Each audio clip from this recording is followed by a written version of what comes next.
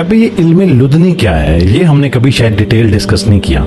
جی اصل میں یہ جتنا روحانیت ہے نا، جتنی روحانیت ہے، میں نے اس لیے آپ کو کہا نا کہ چاہے وہ ہندوازم ہو، چاہے وہ سکھزم ہو، چاہے وہ بدھزم ہو، اسلام ہو، چاہے وہ جوڈائزم ہو، انسان جب یہ آپ نے لفظ جو یوز کیا اس کو تھوڑی سی ان ڈیپتھ سمجھاؤں گا. جی جی جی جی بالکل. ابلیس کا جو سب سے مین تقاضا ہے نا انکار کا، وہ یہ ہے کہ یہ روح کا تحفہ انسان کو کیوں ملا. ٹھیک ہے. لیکن جان تو جانوروں میں بھی ہوتی ہے.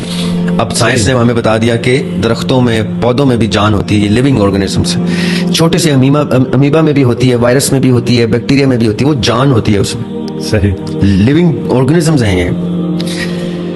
اسی طرح جان جن میں بھی ہوتی ہے، فرشتے میں بھی ہوتی ہے.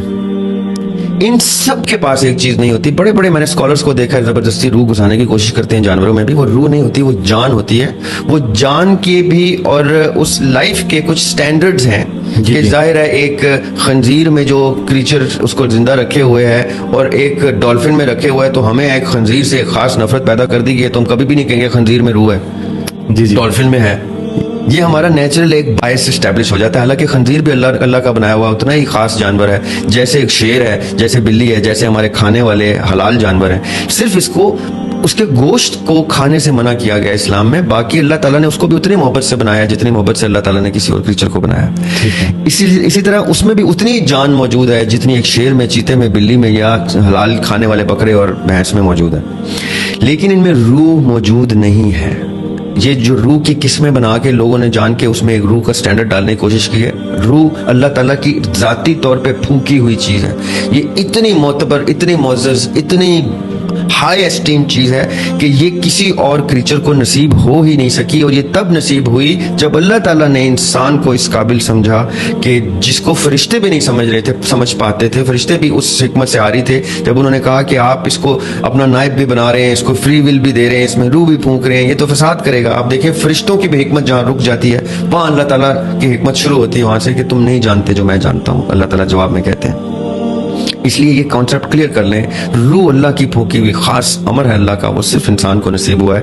ابلیس کو شکوہ یہ تھا کہ یہ جو روح ہے اس کو تو اللہ تعالیٰ نے within himself پھونکا ہے، from within himself. انسان میں جب اللہ نے روح پھونکی ہے تو ابلیس نے کہا کہ آپ نے اس میں وہ چیز ڈال دی ہے جو کل کائنات کے تمام علوم رکھتی ہے.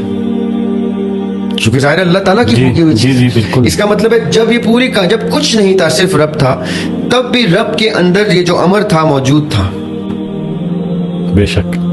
تو اس کا مطلب ہے کہ پوری کائنات کی کریشن کا علم وہ روح رکھتی ہے.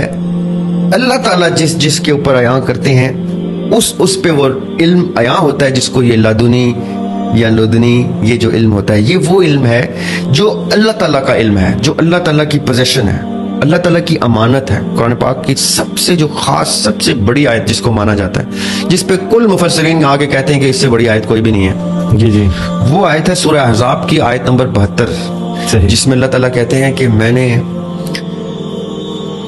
سماوات سے کہا. یاسر بھائی یہ بڑی خطرناک بات ہے علم لدنی سے. صحیح. سماوات ایک سما نہیں، سارے آسمان. سماوات سے کہا کہ میں تمہیں ایک امانت دوں، لوگے؟ تو سماوات نے کہا نہیں. پھر ارض سے کہا یہ امانت لوگے؟ ارض نے کہا نہیں. انکار پہ انکار، آؤٹ آف فیئر، خوف سے وہ انکار کر رہے تھے، لیکن انکار کر رہے تھے. آپ تصور کر سکتے ہیں ہم تھوڑی دیر کے لیے ایسے وقت میں جاتے ہیں جب خالق اپنی مخلوق سے ڈائلاگ میں ہے اور مخلوق کہہ رہی ہے نہیں. پھر فرشتوں سے کہا کہ میں ایک انسان بنا رہا ہوں جو میرا خلیفہ ہوگا، تو آگے سے کیا کہہ رہی ہے؟ تو فساد کرے گا. ایک اور آبجیکشن.